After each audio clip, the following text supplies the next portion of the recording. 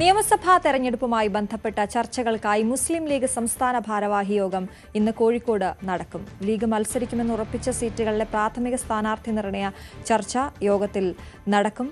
അനീഷ് കുമാറാണ്, MS അനീഷ് കുമാറാണ് വിവരങ്ങളുമായി ചേരുന്നത്. Aneesh, good morning. ലീഗിനെ സംബന്ധിച്ചിടത്തോളം വരാനിരിക്കുന്ന നിയമസഭാ തെരഞ്ഞെടുപ്പ് നിർണായകമാണ്. അതുകൊണ്ട് തന്നെ എന്തെങ്കിലും രീതിയിലുള്ള പുതിയ ചർച്ചകൾ അവിടെ നടക്കുമോ എന്നുള്ളതാണ് നമുക്കറിയേണ്ടത്.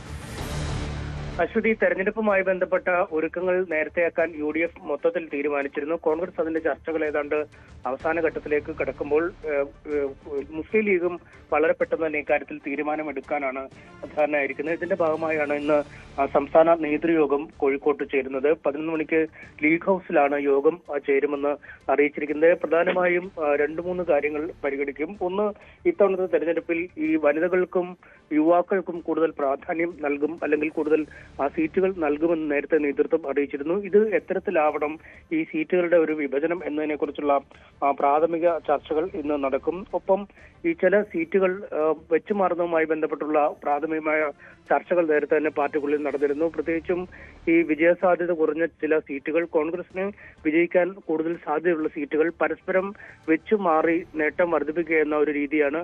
ഉദാഹരണത്തിന് കോഴിക്കോട് ജില്ലയിലെ തിരുവമ്പാടി അടക്കമുള്ള സ്ഥലങ്ങൾ കോൺഗ്രസിന് നൽകുകയും, അല്ലെങ്കിൽ ലീഗിന് കൂടുതൽ സാധ്യതയുള്ള മറ്റ് സ്ഥലങ്ങളിൽ സീറ്റ് വെച്ചുമാറുന്നതുമായി ബന്ധപ്പെട്ട ചർച്ചകളാണ് നടന്നത്. അത്തരത്തിലുള്ള ചർച്ചകളിൽ ഒരു അന്തിമ തീരുമാനം ഒരുപക്ഷെ ഇന്നുണ്ടായേക്കും. ഇതിനുശേഷം വൈകാതെ അത്തരം ഇടങ്ങളിൽ കൂടി സ്ഥാനാർത്ഥി നിർണ്ണയത്തിലേക്ക് നീങ്ങാൻ കഴിയുമെന്നാണ് പ്രതീക്ഷിക്കുന്നത്. ഒപ്പം ഈ 3 ടേം വ്യവസ്ഥയിൽ ഒരു ഇളവുകൾ വേണമോ എന്ന കാര്യത്തിലുള്ള ഒരു തീരുമാനം ഇന്നത്തെ യോഗത്തിലുണ്ടാവും. 3 തവണയിൽ കൂടുതൽ മത്സരിച്ച ഏതൊക്കെ ആളുകൾ വീണ്ടും ഇത്തവണ മത്സരിക്കണം എന്ന കാര്യത്തിൽ ഒരു തീരുമാനമുണ്ടാവും. തദ്ദേശ ഭരണ തെരഞ്ഞെടുപ്പിലും വിജയസാധ്യത പരിഗണിച്ച് ഇത്തരത്തിലുള്ള ടേം വ്യവസ്ഥയിൽ ഇളവ് നൽകുന്ന ഒരു നീക്കം ലീഗിലുണ്ടായിരുന്നു. എന്തായാലും അക്കാര്യത്തെക്കുറിച്ചും ഒരു ചർച്ചയുണ്ടാവും. ഒപ്പം ഈ തദ്ദേശ ഭരണ തെരഞ്ഞെടുപ്പിൽ വലിയ നേട്ടം പാർട്ടിക്ക് ഉണ്ടാക്കാൻ കഴിഞ്ഞു എന്നാണ് മുസ്ലിം ലീഗിന്റെ വിലയിരുത്തൽ.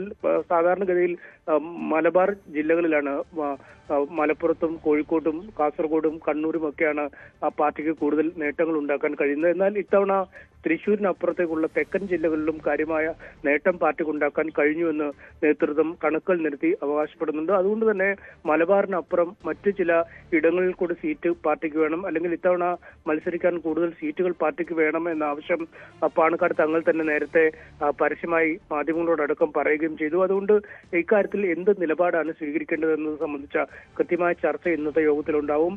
സീറ്റുകൾ കൂടുതൽ വേണമെന്ന് പറയുമെങ്കിലും അത് മുന്നണിയെ യാതൊരു തരത്തിലുമുള്ള സമ്മർദ്ദത്തിലാക്കരുത്, അല്ലെങ്കിൽ ഒരു ഭരണ സാധ്യതയിലേക്ക് മുന്നണി നീങ്ങുമ്പോൾ അതിനെ ബാധിക്കുന്ന തരത്തിലാവരുത് ചർച്ചകൾ, അല്ലെങ്കിൽ തങ്ങളുടെ ആവശ്യം എന്ന ഒരു നിലപാട് ലീഗിൽ എത്തിയിട്ടുണ്ട്. അതുകൊണ്ട് തന്നെ ഏത് തരത്തിലാവണം ഇത്തരത്തിൽ സീറ്റുകൾ ആവശ്യപ്പെടുന്നത് എന്നടക്കമുള്ള കാര്യങ്ങളെക്കുറിച്ചും ചർച്ചയാവും. ഒപ്പം ചില സീറ്റുകൾ, ഉറപ്പിച്ച സീറ്റുകളുണ്ട്, അതായത് ലീഗ് പരമ്പരാഗതമായി മത്സരിക്കുന്ന, അല്ലെങ്കിൽ UDF ചർച്ചകൾക്കപ്പുറം ലീഗിനായി മാറ്റിവെച്ചിരിക്കുന്ന സീറ്റുകളുണ്ട്. അത്തരം സീറ്റുകളിൽ നേരത്തെ തന്നെ സ്ഥാനാർത്ഥി നിർണയം നടത്തി അവിടെ പ്രചാരണത്തിലേക്ക് നീങ്ങാനുള്ളൊരു നീക്കമുണ്ട്. അങ്ങനെയെങ്കിൽ അത്തരം സീറ്റുകളിലെ സ്ഥാനാർത്ഥികളെ കുറിച്ചുള്ള പ്രാഥമിക ചർച്ചയും ഇന്നത്തെ യോഗത്തിൽ ഉണ്ടാവും. അശ്വതി. ശരി, MS അനീഷ് കുമാറാണ് വിശദവിവരങ്ങൾ നൽകിയത്.